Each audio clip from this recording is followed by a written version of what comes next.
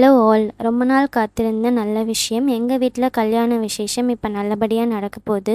அதுக்காக நாங்கள் ஃபேமிலியோட பத்திரிக்கை படைச்சி குலதெய்வத்துக்கு பொங்கல் வைக்க ஊருக்கு கிளம்பியாச்சு. காலையிலேயே ரெடி ஆகிட்டு மார்னிங் பிரேக்ஃபாஸ்ட் இட்லி எல்லாம் சாப்பிட்டு பைக்கில் தான் போயிருந்தோம். ஊருக்கு போக 45 மினிட்ஸ் ஆகிடுச்சு. பைக் ட்ராவல் ரொம்பவே ஜாலியாக இருந்துச்சு. அப்படியே பைக் ரைடெல்லாம் என்ஜாய் பண்ணிவிட்டு போகிற வழியெல்லாம் பச்சை பசேல்னு வயல், கரும்பு தோட்டம், அப்புறம் ஒரே இடத்துல நிறையா கொக்குலாம் இருந்துச்சு. எல்லாம் பார்த்துட்டே ஊருக்குள்ளே போயிட்டோம்.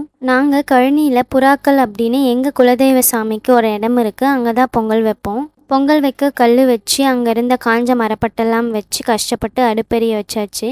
எப்போவுமே நாங்கள் பிள்ளையார் பிடிச்சி தான் சாமி கும்பிடுவோம். அதெல்லாம் எங்கள் மாமா செஞ்சுட்டு இருந்தார். ஒலை கொதிச்சதும் அரிசி போட்டுட்டு அரிசி வேகிற கேப்பில் சாமிக்கு தேவையானதெல்லாம் ரெடி பண்ணிட்டோம். காலையில் கொஞ்சம் லேட்டாக போனதால் வெயில் தான் ரொம்ப அதிகமாக இருந்துச்சு. பாப்பா வேறு இருந்தா, ஸோ சீக்கிரமாக எல்லாம் செய்யணும்னு எல்லாம் ஒரு வேலையாக செஞ்சுட்டு இருந்தோம். எங்கள் வீட்டு மாப்பிள்ளை அவர் கையாலே சாமிக்கு பொட்டுலாம் வச்சார். எல்லாம் நல்லபடியாக நடக்கணும்னு சாமிக்கு கற்பூர ஆரத்தி காட்டி நல்லா சாமி படைச்சிட்டோம்.